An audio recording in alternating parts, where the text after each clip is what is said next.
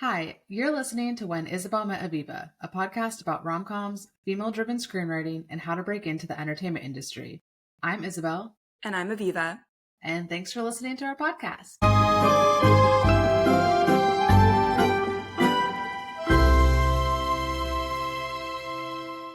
Okay, awesome. So this is season 4, right?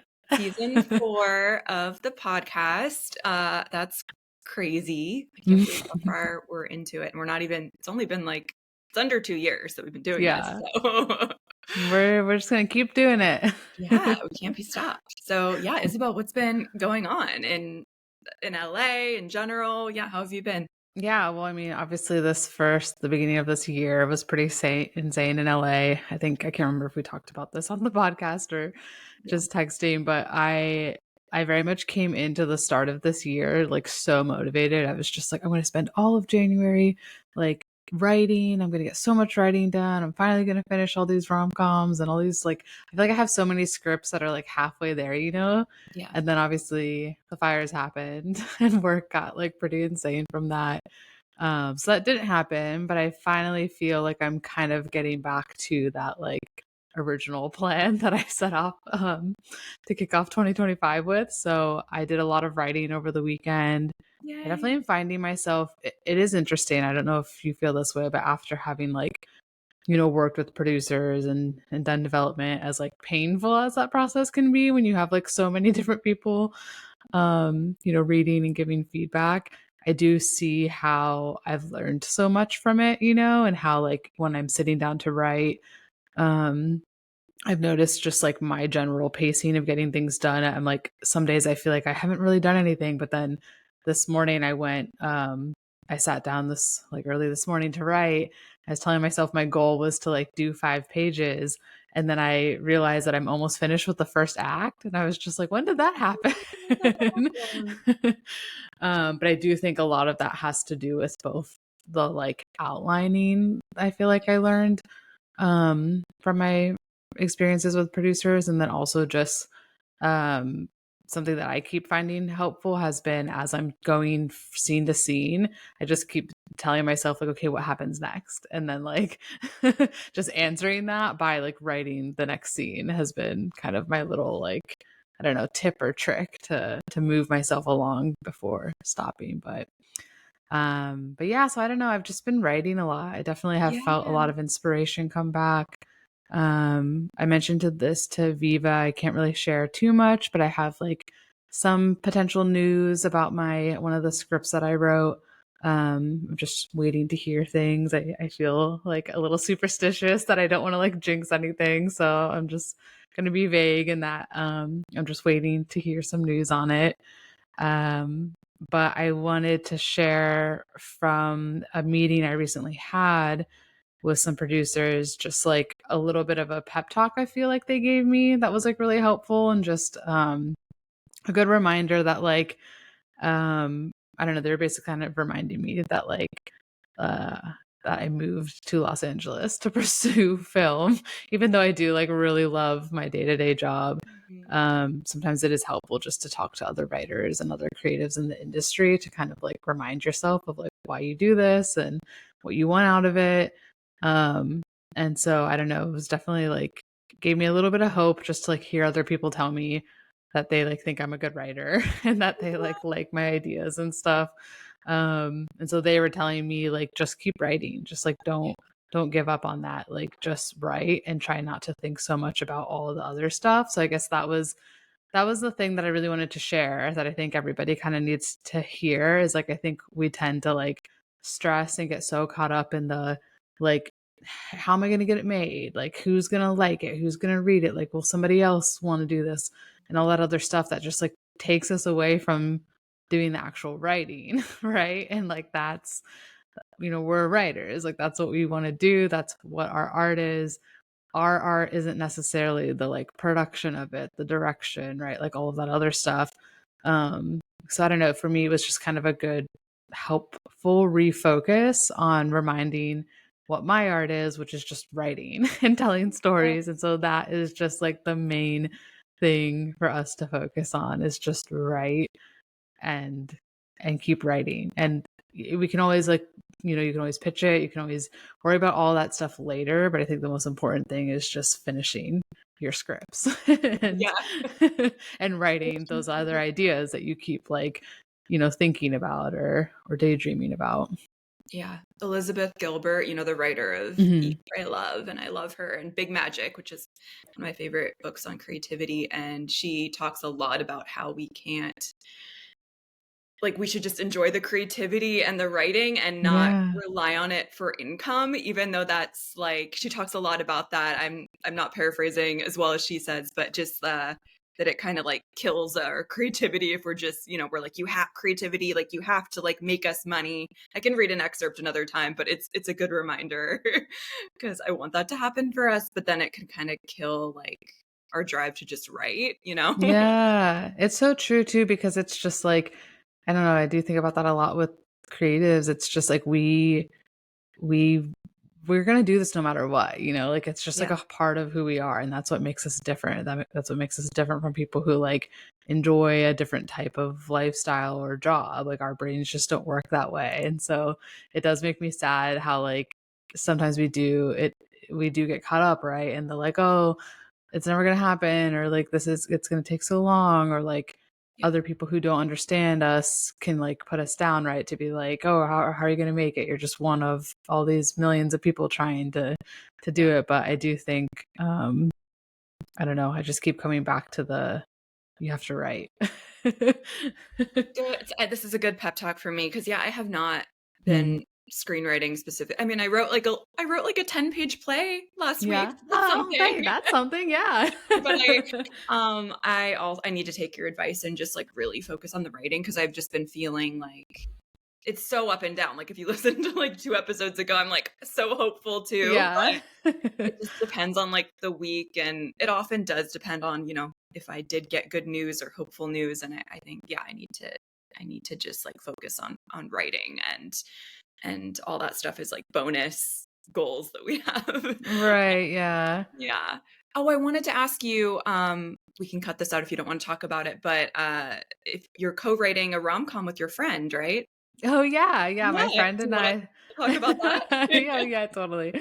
I'm sure we'll laugh. I don't know if she listens to this, but I have this friend who she's not a writer by any means, but I think she's really funny. And we actually kind of, I don't know, we've been like talking about it for a while because she loves rom-coms, and the idea of this sort of kind of came out of like a year ago, I think it was. She was dating this guy who when he broke up with her, one of the reasons for him not wanting to be with her was that he said that they just like couldn't connect creatively, because he said that she wasn't creative enough for him. And so when she told me this, I was like so mad. And I was like, you, the like Christian DJ guy that was like DJs at the like mixers, like that guy thinks you're not creative enough. And so it kind of like, I don't know, we were just like sort of swapping dating stories, and she had like a list on her phone of like different like dates she's gone on, like the pros and cons of like different guys she's dated and stuff. And I thought it would just be really funny to have this like really type A, like kind of neurotic like, lead in a rom-com where she's very like, I'm doing everything right, I'm going on all the dates, and like she has this like crazy spreadsheet, right, of like all of her like all the things that like she doesn't like about a guy, or all the things that she doesn't like about a place where she goes to a restaurant or for the dates and stuff. And so that was like kind of her character. And I don't know, it was just really funny. We're kind of making it now more of a like very, what's the word, like meta sort of like movie where it kind of like breaks the like what's it called, breaks the fourth wall. I was gonna say third wall, I was like, it's not the third wall, it's the fourth wall. Where it breaks the fourth wall, where it's like I don't know, I was like, I kind of really like that type of movie where it's like it's literally about 2 girls writing a rom-com in Los Angeles, and the rom-com is called Spite Script because it's very much just like writing it like the girl, my friend's character is like, I just want to get back at this guy, you know, for like breaking up at me. So she's like, what am I going to do? I'm going to go to my friend who's a rom-com writer. That's We're going to write a movie funny. about That him. reminds me a tiny bit, but like totally different plot, but just at the beginning of 500 Days of Summer, you know how it says like, doesn't it say like to my ex, like, Oh, yeah, do you yeah. remember like that dedication at the beginning? It's some like funny thing. Yeah, exactly. Yeah. But I just thought it would be so funny if like I keep imagining the scene where like the girls write the rom-com and then like it takes off and it becomes like a huge hit, right? And then the guy's like so mad and then they like win an Oscar and they're on stage and they're like, we're not gonna say who this is Yeah. about, but this is about you, Kevin. That's so fun. I like that. It's really fun. So are you going to be like, is she also going to be opening final draft, or are you just using her stories with her? I actually want to teach her how to write a Yeah. screenplay. Yeah. So I think I'm just gonna have her use Celtics because I don't want her to have to like pay, for That's final what I used draft and stuff. originally. It's fine. It's good. Yeah. So we kind of had a little first session where we kind of like did Perfect. a little story arc building and and actually it was, I kind of recommend like if you have like a friend who just like, because like actually the main reason I actually think she would be a really good writer, and part of why Yeah. I wanted to write this with her is because sometimes when we're just sitting around chatting at work, she has a lot of really funny like little one-liners. And so I started Mhm. like writing them down where I'd be like, Audrey, like you wait a second, like say that again. And because it's just like she has a like I feel like she'd be a really good like person who could like punch up a script, right? With like little Mhm. witty one-liners. So that was kind of what made me think like I feel like she would be good at this, but she needs somebody to sort of like teach her how to like actually write. And so now we're doing that. So we have like a little goal now that I gave her homework assignment was that she has to come up with a character name and like her like character description and stuff. So That's awesome. it's kind of Cool. honestly it's just fun to do something different that way too, Yeah. like with somebody like who doesn't know anything about screenwriting. I think is what's Mhm. making it a little more fun too, is that it's just like um I don't know, kind of fun to like feel like you're teaching somebody something. But then Yeah. I'm also learning from her because I think she has a lot of funny stories and character stuff that we can work off of. So That sounds really fun. Yeah. yeah, A that's way to kind like of things up. yeah, no, that's like the extent of my writing right now. But I definitely am enjoying just kind of like I'm trying to make time for my writing every day. So I've been kind of trying the technique that I feel like Delia Ephron talked about, right? How she'll just like sit at her desk for like 2 hours and be like, I can't leave until like I've finished like whatever I was writing. So I've been doing that with like an hour, like early in the morning. I just get up, I Mhm. sit at my desk and I'm like, all right, I've got to get 5 pages done. Like I get 5 pages done today, I'll be happy. So Yeah. I have been seeing success in that though. So I don't That's know great. if you do that, but Not lately, confession, but I do aspire to get there.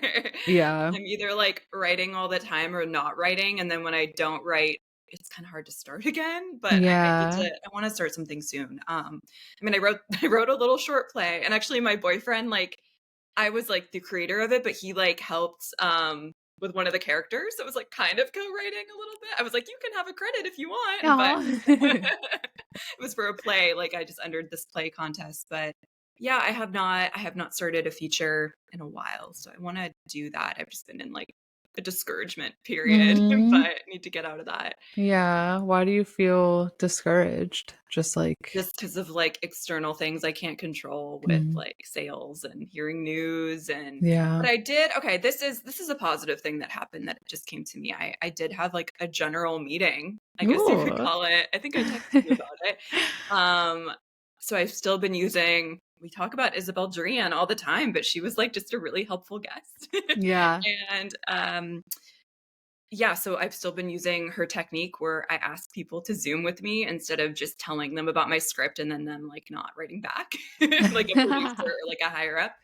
So I did have actually I had two generals like I think since we recorded and just chatted about this, but I had a really good one. Like I have no expectations of anything happening, but it was a really great example of just like genuinely trying to connect with someone rather than be like, buy my work. Yeah. So I just had this great general with a guy I with like a higher up producer on that I connected with on LinkedIn, and we just had such a great chat for like, I think it was like 45 minutes, just about how we're discouraged by a lot of rom-coms these days and which ones we like. And yeah, he would have been a great guest, but we're just trying to interview female creatives for now. But yeah, it went really well. So he has a script of mine, but yeah, like I don't really have any like expectations anymore when my gets requested. It's just like a really nice thing to happen. So yeah, that happened. And then I had another like shorter, I guess you could call it general, with a person at like a Hallmark like company, and they read my work. But it wasn't, they like rejected it, which was fine because like my rom-coms they're not really Hallmark friendly enough. I think I need to like specifically write a Hallmark script if I'm going to be pitching Hallmark producers, you know, with all the 9 acts and like I just think, even though I wouldn't really call my rom-coms like edgy, but like they are too edgy for Hallmark. So maybe they're edgy. I don't know. They're like, you know, PG-13, more streamer than Hallmark. So I think I've asked you this before, but I'm trying to remember, how many scripts do you feel like you have that you feel like they're like good, they're, you know, they're locked, I guess, in a sense for you. Like obviously you would like, you know, change them if somebody was interested in stuff, but like I feel like that's something I struggle with, where like I do really want to like try Isabel Drain's like advice and stuff, but I just feel like I'm not even there yet. I feel like I'm still working on like getting like a solid like 3 scripts or so to like have to like that I want someone to read. But I'm kind of curious how many you have and like how you guys like you reach to that point of feeling like, okay, these ones are good, I'm ready to send them out. Yeah, that's a great question, because I also feel like with time, if I've written a rom-com, you know, like 4 years ago, I feel disconnected from it, and that like I'm like, maybe I need to do another draft. Like I feel more excited about the last script I wrote because it feels like I don't know, I just feel like, oh, that's more polished because I just looked at it, and you know, I feel more secure about it. But that's a great question. I have like 3 rom-coms that I think I continually like try to pitch people that I feel like pretty secure about, like the one I most recently wrote, and then over the pandemic I wrote 2 that like, you know, placed in contests, and I feel like, but I still feel like I could benefit from going back now and like polishing again, but maybe that's like perfectionism speaking. Because yeah, when I hear what you're saying, I think you're ready. Because like the ones that you have that, you know, I've read, like I get wanting to like keep perfecting them, but I also think like if a producer connects with the idea and sees potential, like maybe we don't have to like write 20 more drafts before pitching, you know? So like, I don't know, I would encourage you to just start reaching out. Because don't you feel, how many rom-coms do you have that are complete?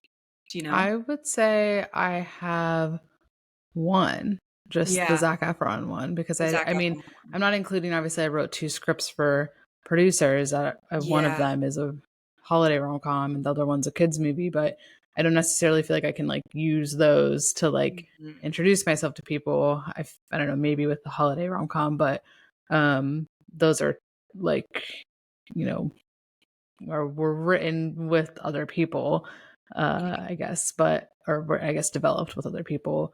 So no, I feel like the Zac Efron one is really the only one that I have that sort of already has served its purpose for me. So I'm kind of like recycling in that in my mind now. And my goal is to finish my Indian rom-com ideally by the end of this month, if not like early March. So then I would have like that one done. And then I have another rom-com that's like maybe halfway done that I have to go back to, that I just like honestly haven't opened in a year.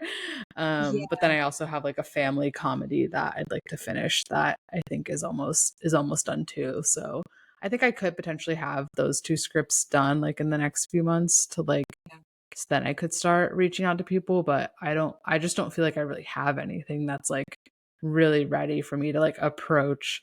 You know, like I'm kind of bummed because I'm going to Tig Notaro, I hope that's how you pronounce their last name, who did that Am I Okay movie. They have a show this weekend, so I'm going to go to it.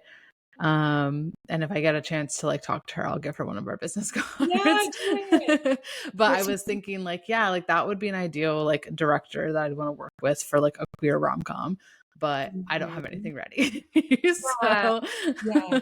I was thinking, but I guess you told me that you're rewriting your Indian rom-com. I was thinking you maybe had 2, because I honestly think once you have 2, you could start the process that I'm doing.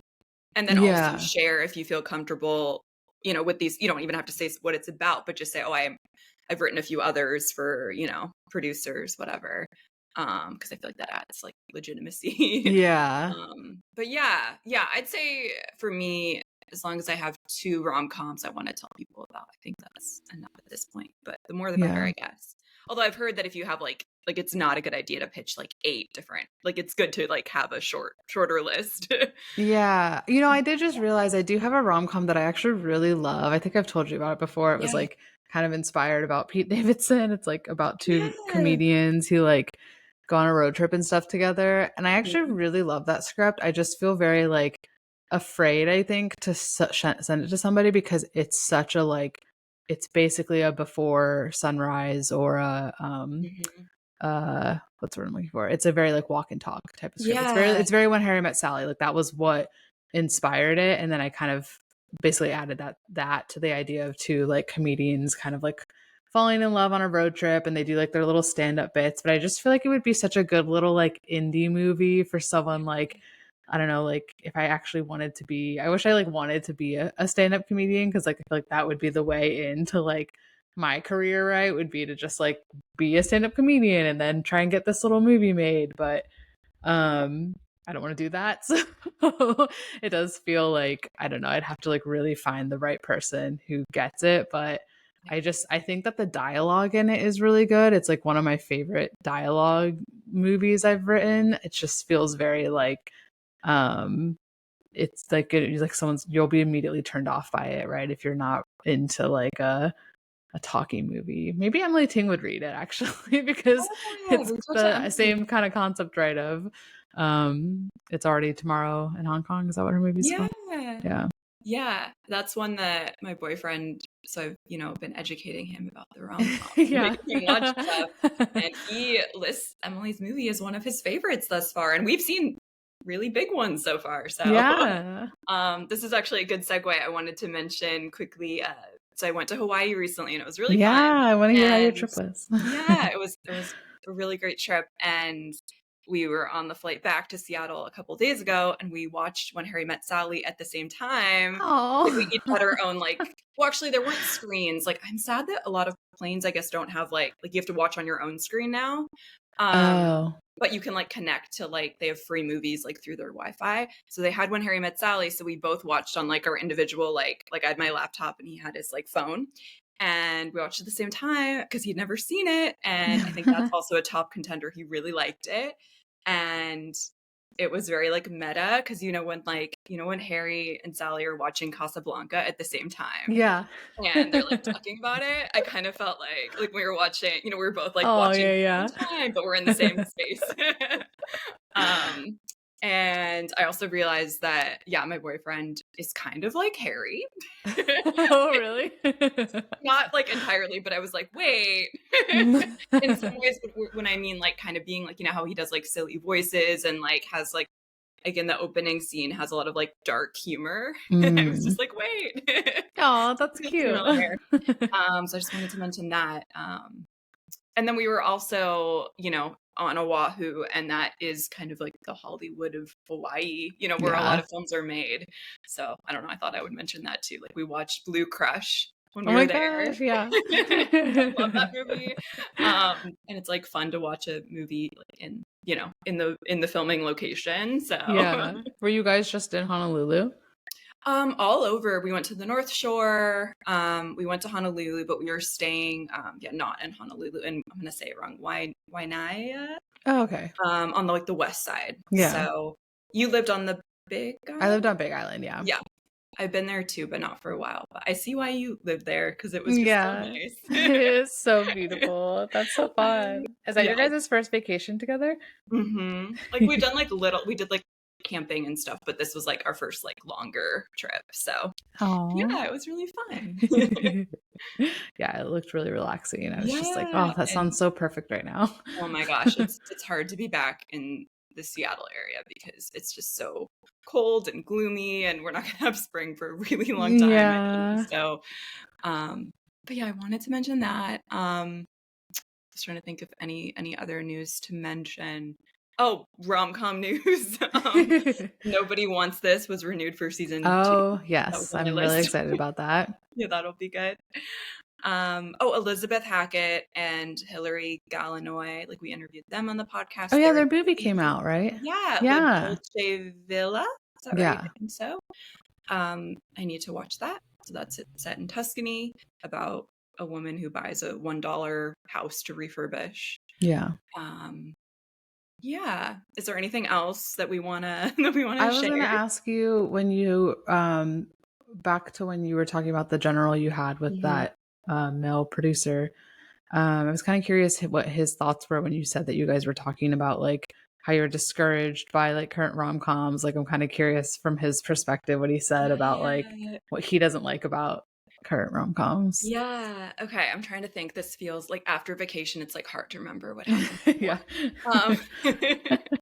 But yeah, no, we were talking about, yeah, since I think I can say this because we don't know who this is. Yeah. We were talking about You're Cordially Invited.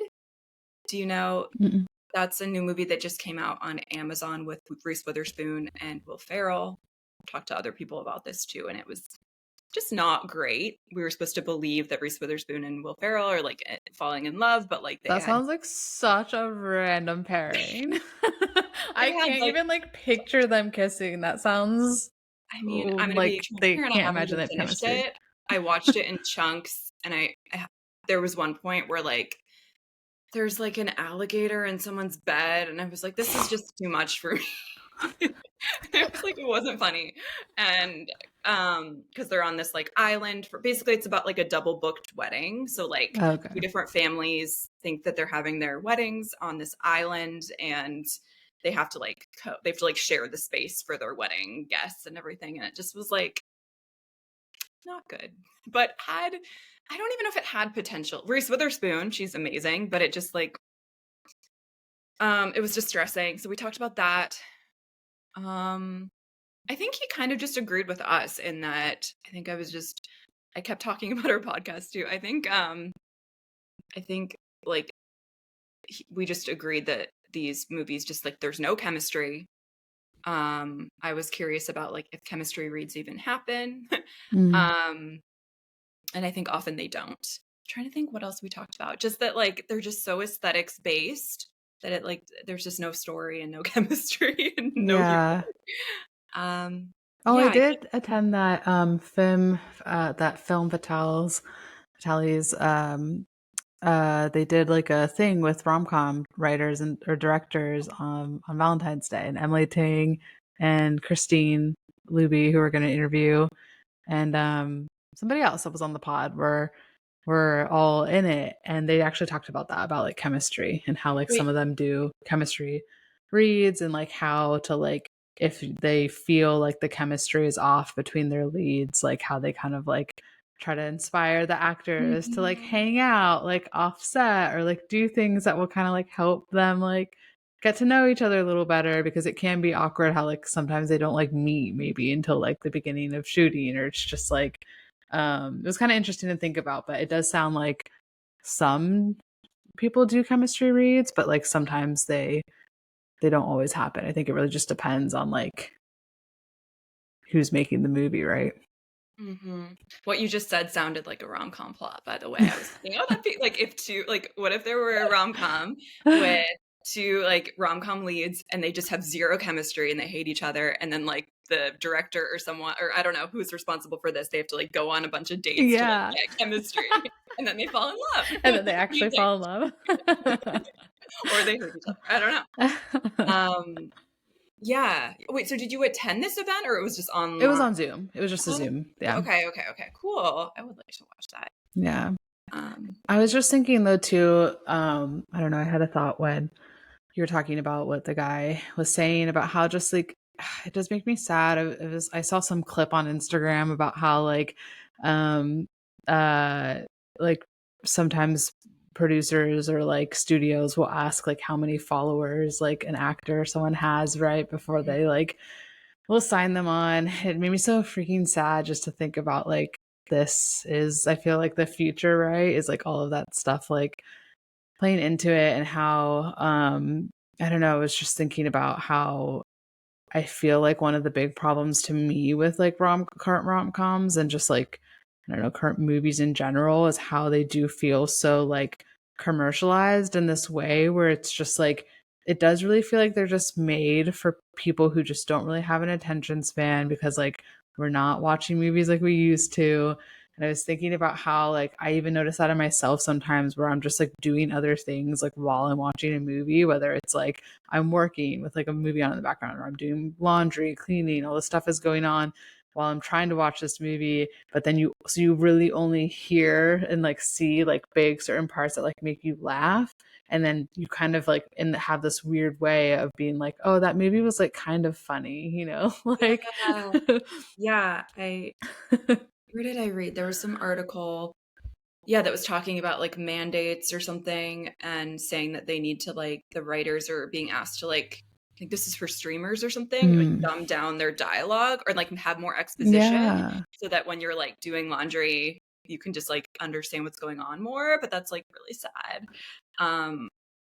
I think, my best movie experiences are, I'm either in the theater or I at least have one person sitting next to me who's also like committed to watching. And then my attention span is a lot better. But I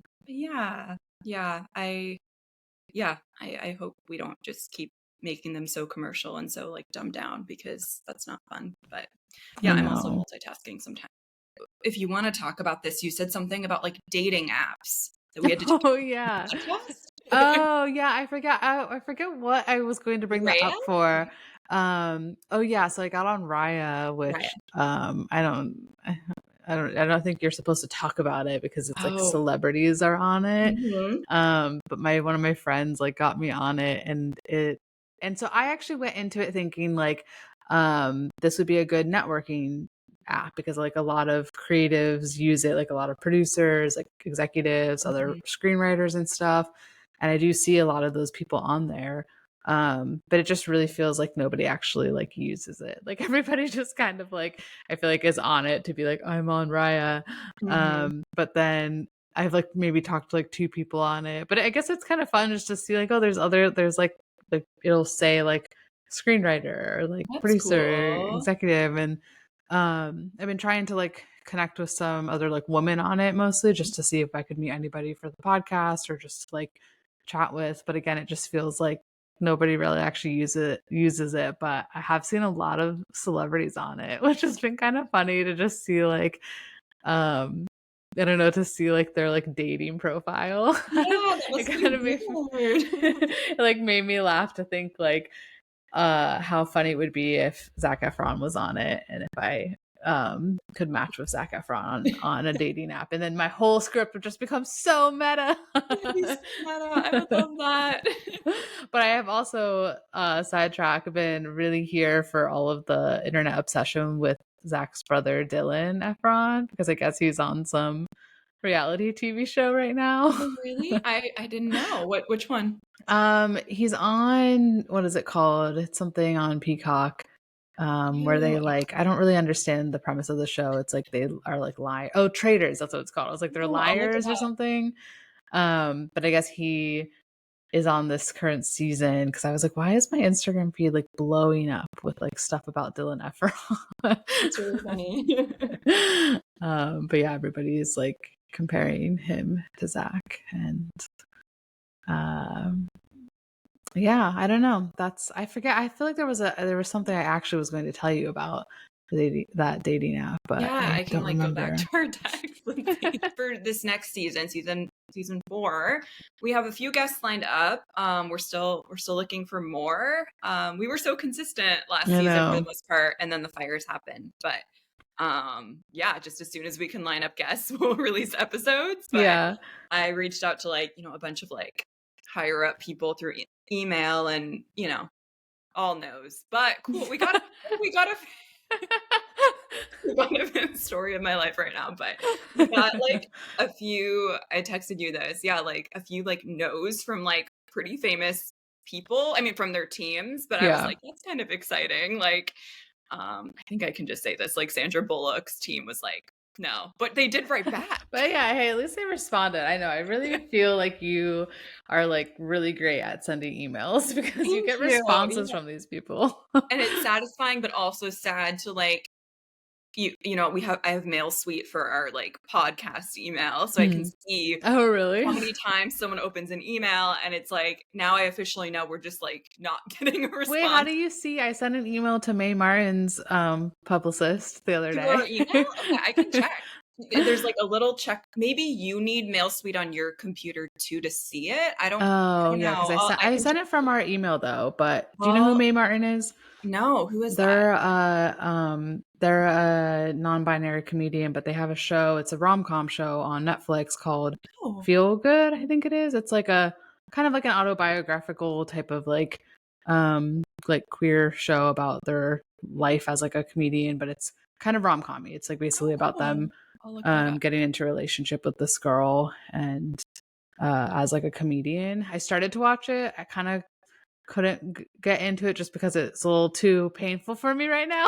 Oh, Reminds yeah. me too much of my current situation or Oh, the no. breakup I've been going through. But I really like their them as like a stand-up comedian, and Okay, they're yeah. a musician, and they're going on tour soon. I'm going to their show next week, so I was like, oh, I'll just That's email, see cool. if they'd Yeah. be down It to come looks on. like, I don't know, maybe it's because you sent it says email not tracked. So I'm not sure. Sometimes that happens. But if you go to our email for like, you know, you can be like, oh, you know, like Reese Witherspoon's rejecting us.